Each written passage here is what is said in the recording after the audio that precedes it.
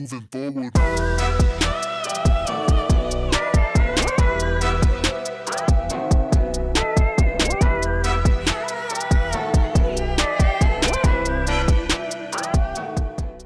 Right now, a future president could be running as a local candidate on your ballot. This person is vying to represent you, your family, and your community. Do you know what they are and what they stand for? Vote411.org is your tool for accurate and unbiased, up-to-the-minute election information on the candidates running in local races. Just enter your address to get started. Your vote is your power, the power to decide who represents you in 2022 and beyond. Get online, get the facts, and make your voice heard on Election Day.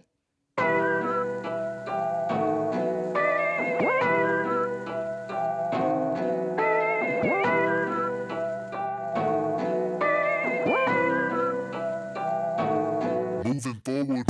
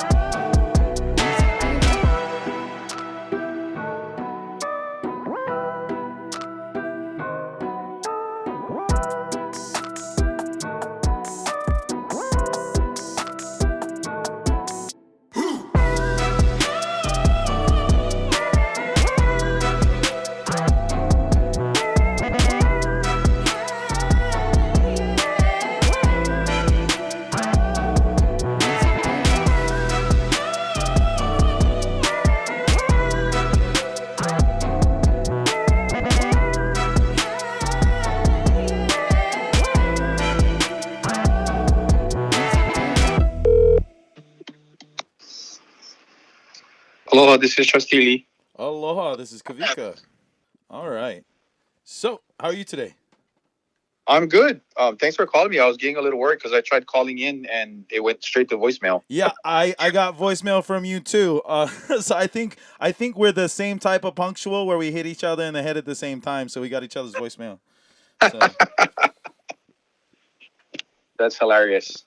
All right, bruh. So we only have so much time today because I got so many candidates, but I want to try to fit in everybody everywhere. So let's get right to the thick of it so people know who you are and what office you're running for and what that office is about. We'll talk about what you want to do with that office or how that contributes to the community. But a lot of people are unaware of what office's duties are. So when they like to ask, their representatives or their trustees or anyone questions, they don't I find that a lot of the conversation is misdirected in this day and age. And if people just knew who to talk to in the bureaucracy, maybe they get done better. So sure. Yeah. So well, first of all, thank you for this opportunity. My name is Brendon Kalei'aina Lee. I am the sitting at-large trustee for the Office of Hawaiian Affairs. However, I am not running for that seat. I am switching and I am running for the Oahu Representative Office of Hawaiian Affairs Trustee seat. And we'll get into that later. Right. What the Office of Hawaiian Affairs does is, by constitutional mandate from 1978, our one and only mission is to better the conditions for Native Hawaiians. Now, because of a lawsuit in the 80s that went all the way to the U.S. Supreme Court, Rice via Cayetano, every registered voter in the state of Hawaii can vote for the Office of Hawaiian Affairs, whether you're Native Hawaiian or not. Mm-hmm. Now, why is that important? Well, the Office of Hawaiian Affairs gets, now it's just been raised to $26 million a year of taxpayer money off of revenues off of the public land trust. And as a registered voter in the state of Hawaii, I would think you would want to say in who is using that money. Mm-hmm. Also, this sounds like a campaign pitch, but it really isn't. If you have lived in Hawaii for any amount of time, then you will know this to be true. What is good for Native Hawaiians is good for all of Hawaii, and that's just a fact. The more that the Office of Hawaiian Affairs can do to better those conditions as far as education, healthcare, affordable housing for Native Hawaiians, that's less of a burden that the state has to take on, which means more resources available for the rest of the state. That's a very important thing for people to understand.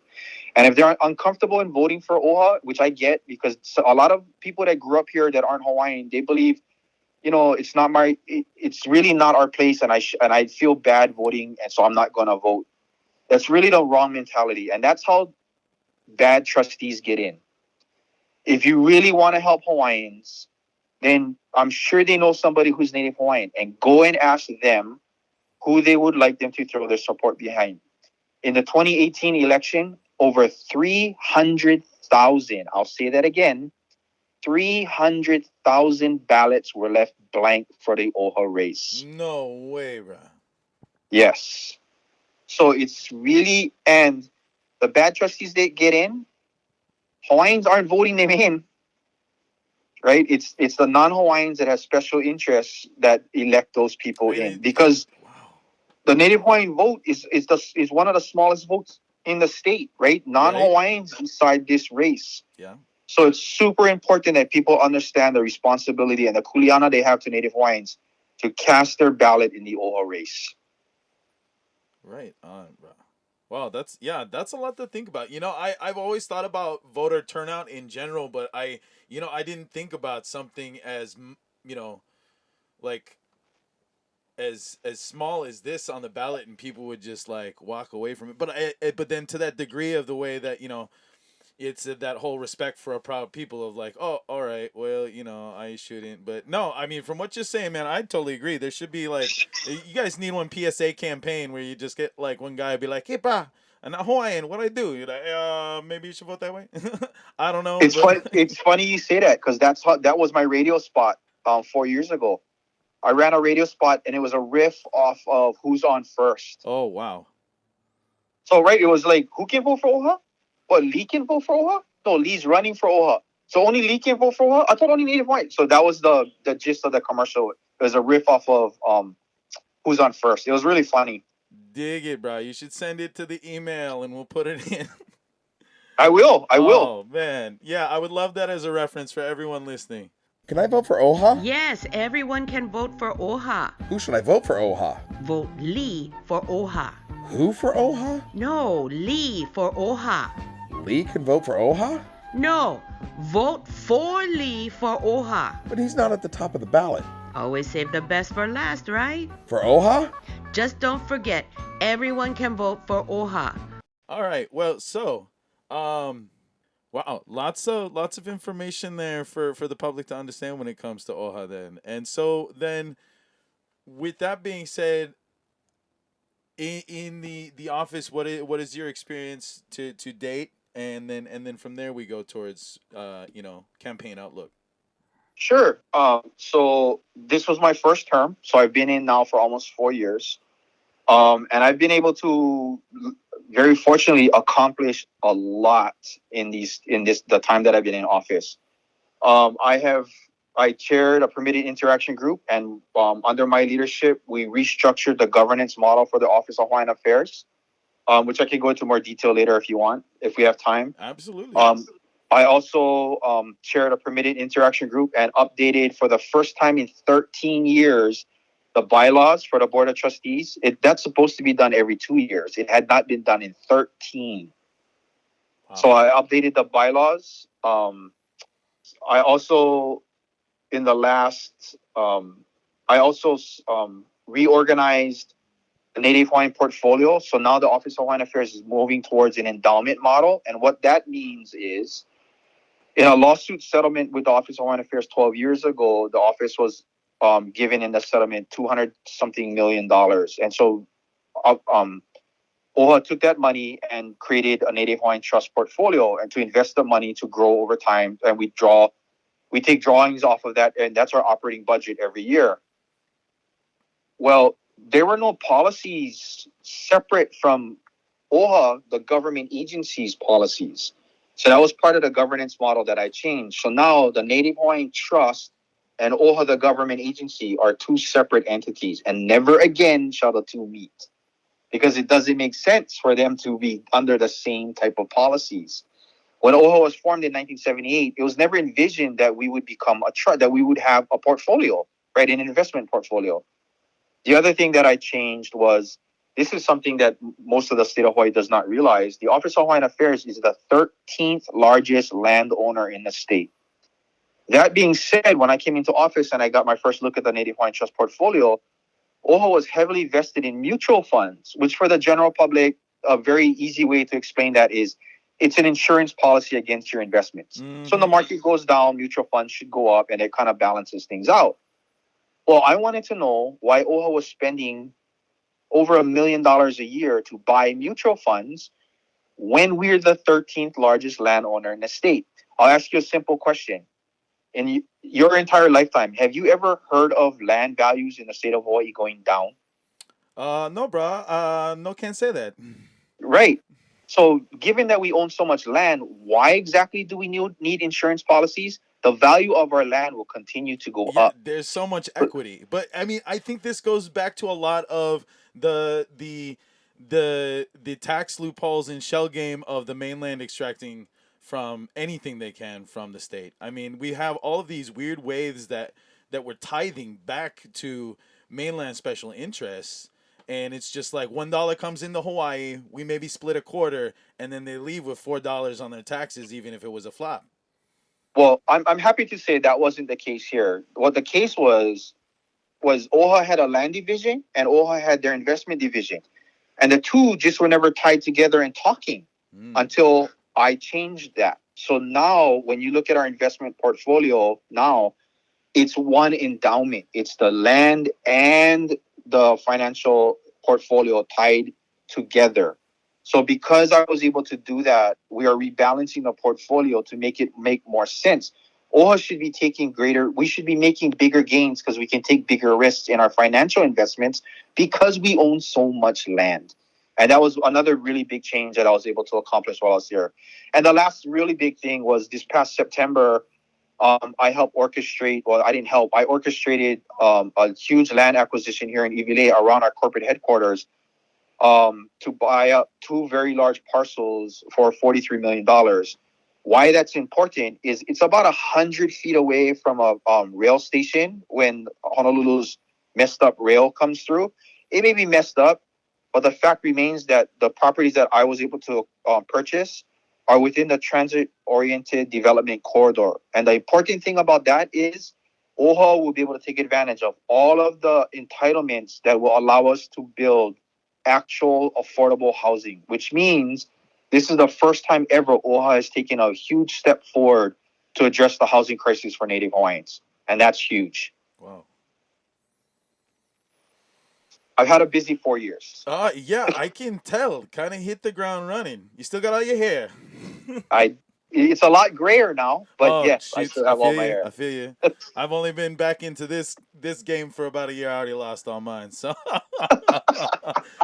so like, it's been a long time coming moving back home, and so like, my grandfather was quite the guy to fight City Hall, and so I've always wanted to make sure that on my return that I kind of like bring that spirit along to get everybody to communicate. So before we go any deeper, because we got a little more time left, but I definitely feel that I can ask you this question and you're gonna say yes. Can I get you on again, like in 30 days or more? Absolutely. Oh shoot! I'd be happy to come back on. Yeah, I think there's a lot of things we could pick I need to say this part because you moved back home. Yeah. A lot of people don't realize this. There are more Native Hawaiians that live on the continent than live here in Hawaii. Yes, there are. And that's sad. Yeah, that really, as a kid growing up, when late 80s, early 90s, I always felt that like I was the token one in the neighborhood. But then by the time I hit high school, like college almost, my grandmother had a map sent to her from Kamehameha alumni, and they had the whole like, where are we like in the world, Hawaiians around the world, and they had the little blips, and I was like, how do we have Hawaiians in Yonkers? And then that kind of like made me feel a little less alone on the mainland. But then when I read the number at the bottom of like how many reported, and then I'm just like, how, and then coming back and realizing that it's I mean, they can't afford to be here. Yeah, no, that's why my grandparents left. I mean, they both hitched a ride via the United States Marine Corps and never looked back because it was easier to become something on the mainland than it was to try to fight. I mean, half my aunties went to Las Vegas and worked for Sam Boyd. Yep. And that's why it was really important for me to get this this land acquisition. right? We gotta start addressing the housing crisis. That's just a fact. And this is the first time OHA has taken a step in that direction to do that. So, big question that I'm asking all the candidates, all the people participating in this game. What is the best advice you can give to folks, boots on the ground, to activate them? Not necessarily just for your campaign, but for OHA. Well, the biggest thing they can do is to turn the page on the ballot and actually vote in the OHA race. I mean, and that's just a fact. Like I said, right, 300,000 people left that ballot blank 4 years ago, and that's about average on every campaign cycle. That's how many people don't vote in the OHA race, and it's an important race to get involved. The OHA race is one of only 3 races that are statewide: the governor, the lieutenant governor, and OHA. That's it. So it's really, that's the best way that they can get involved in the OHA race, is to just cast that ballot. It's super, super important. Wow. Yeah, no, that now puts it on a scale for me, because like I'm still grinding out a lot of the understanding of mainland politics and adjusting to Hawaii, its state and its counties, how the county regions interact, where the councils fit and the trustees and everything. So like, I mean, wow. I just to think that that's like the 3rd largest problem to be solved in the state when it comes to an election, and there's that many people that don't show up. Right. And what's worse is those people do show up, right? That's a blank ballot. That means they showed up, right? They got a ballot, they voted. They just left OHA blank. Wow. Right. That's an easy fix, right? All that requires is for them to turn the page and actually fill in a circle. That's all it takes. We need to call Bob Seger for the rights to that song, bro, and just make one national campaign out of it. Oh man, no, I gotta go find some crazy TikTok influencers and tell them to get their shit together. Yeah. Hey, whatever it takes, man. Yeah, no, hey, that's 4 years ago, that was a major strategy of my campaign. Native Hawaiians, obviously if they're registered to vote, they're obviously gonna vote in OHA, and they already know who they're gonna vote to, right? I don't need to campaign to them. They know who they're gonna vote for. Mm-hmm. But that 300,000 blank ballots, that's who I campaigned to, right? If I could get just 1% of them to show up, I win by a landslide. Wow, bro. So those are the people that I were talking to, the non-Hawaiians who left the ballot blank, to let them know how important their voice is and that they needed that voice to be heard. Right. And that's going to be my campaign again this year is, we Native Hawaiians if you love Hawaii, then you need to help Native Hawaiians. And the way you help Native Hawaiians is by casting that OHA ballot. Right on. Well, yeah, I'm definitely going to have you back on. Maybe talk to all you guys over there. So anybody who hasn't gotten back to me on that list, I think you're my first one. Like, and I've already gotten to like 40 people on the ballot so far, but you're my first OHA. So I'm sure a lot of OHA candidates don't campaign. I don't understand why. A lot of them just think their name recognition is enough for them to get in. That's why I won 4 years ago. I mean, I was, as you can tell, I was busting it, man, 4 years ago to get into office, and that's why I got in. Well, shoots. I came from way behind. I was running in a race of 15, and only the top 6 made it out of the primary, and I came in 6th place. And from 6th place, I went all the way to the top 3 to get into office. Wow.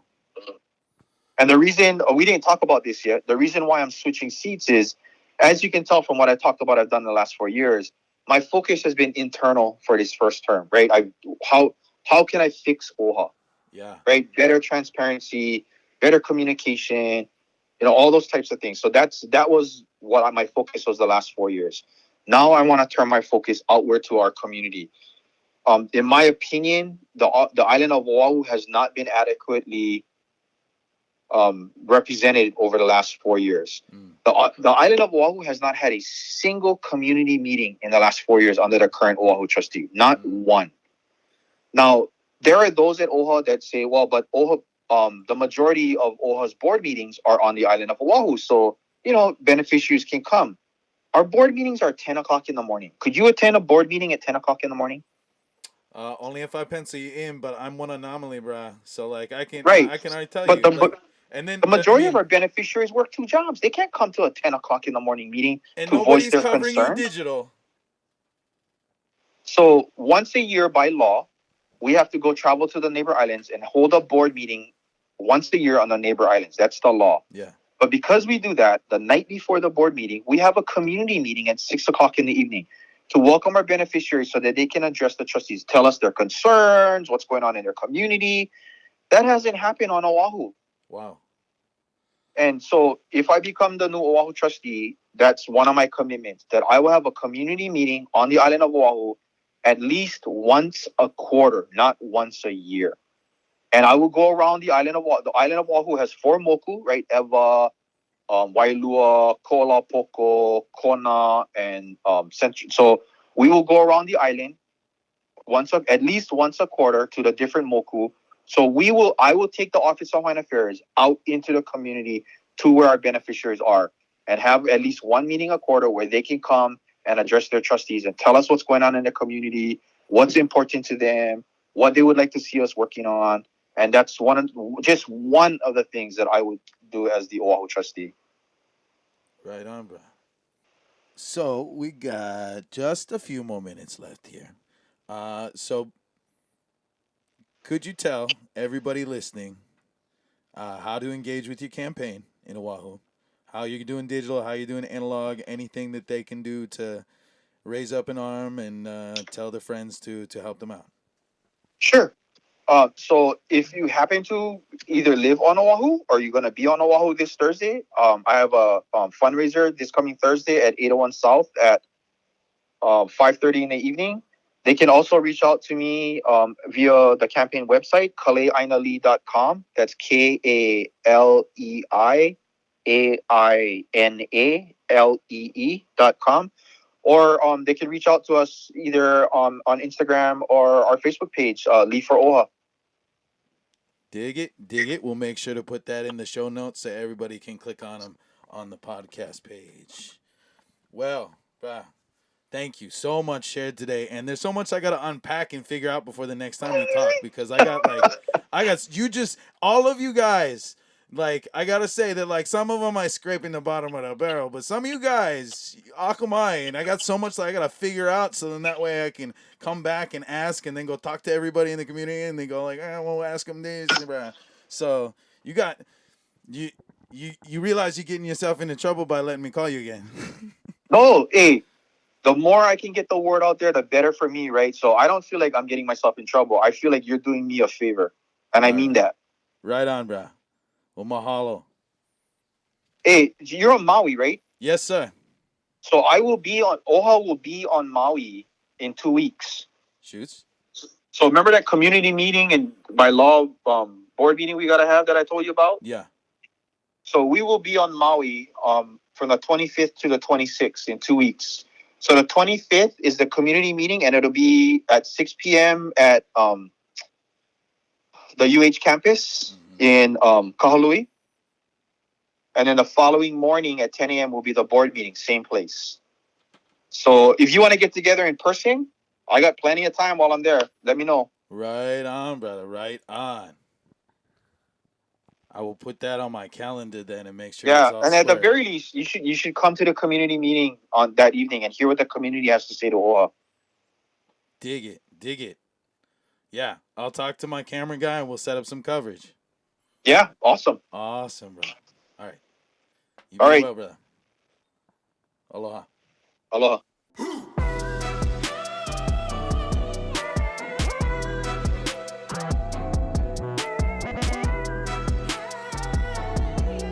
Rabbit Holes is a Manava Cow production.